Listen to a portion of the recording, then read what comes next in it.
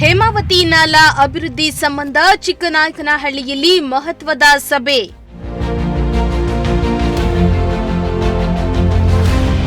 ಎಪ್ಪತ್ತೆಂಟು ರೈತರಿಗೆ ಭೂಸ್ವಾಧೀನ ಅವಾರ್ಡ್ ಪತ್ರ ವಿತರಣೆ ಮಾಡಿದ ಸುರೇಶ್ ಬಾಬು.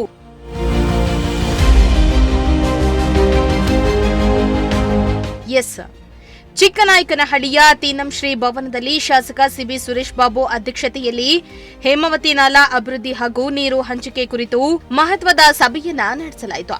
ತಾಲೂಕಿನ ಹಲವು ಪ್ರದೇಶಗಳಲ್ಲಿ ನೀರಿನ ಅಗತ್ಯತೆ ಹೆಚ್ಚಿರುವ ಹಿನ್ನೆಲೆ ನಾಲೆಯಿಂದ ನೀರು ಹರಿಸುವ ಕಾರ್ಯಗಳ ಪ್ರಗತಿ, ಎದುರಾಗಿರುವ ಸವಾಲುಗಳ ಮತ್ತು ಮುಂದಿನ ಕ್ರಮಗಳ ಬಗ್ಗೆ ಸಭೆಯಲ್ಲಿ ವಿವರವಾಗಿ ಚರ್ಚಿಸಲಾಯಿತು.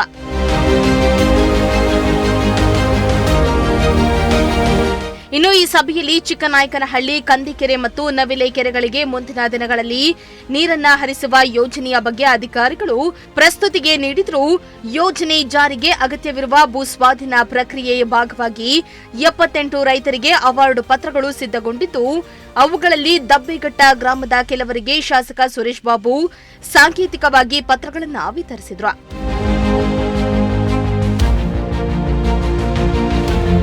ಇನ್ನು ಈ ವೇಳೆ ಶಾಸಕ ಸುರೇಶ್ ಬಾಬು ಮಾತನಾಡಿ, ಸುಮಾರು 2011ರಿಂದ ರೈತರ ದಾಖಲೆ ಪ್ರಕ್ರಿಯೆ ನಡೀತಾ ಇದೆ. ಹಂತ ಹಂತವಾಗಿ ಸರ್ಕಾರ ಪ್ರಕ್ರಿಯೆಯನ್ನ ಪೂರ್ಣಗೊಳಿಸಿ ಭೂಸ್ವಾಧೀನ ಪರಿಹಾರಕ್ಕೆ ಅಗತ್ಯವಾದ ನಿಧಿಯನ್ನ ಬಿಡುಗಡೆ ಮಾಡಿದೆ.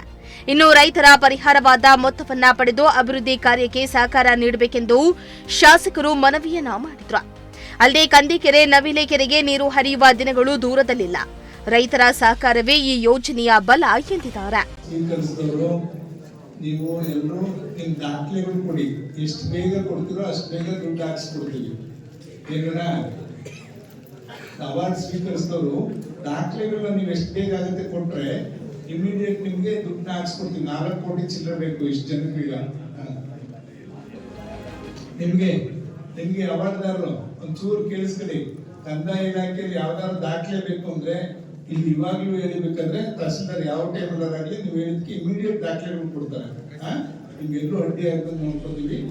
ನಿಮ್ಮ ಎಲ್ಲ ದಾಖಲೆಗಳನ್ನ ಒದಗಿಸ್ಕೊಟ್ಟ ತಕ್ಷಣ ನಿಮ್ಗೆ ದುಡ್ಡು ಹಾಕಿಸ್ಕೊಡೋ ಜವಾಬ್ದಾರಿ ನಮ್ಗೆ.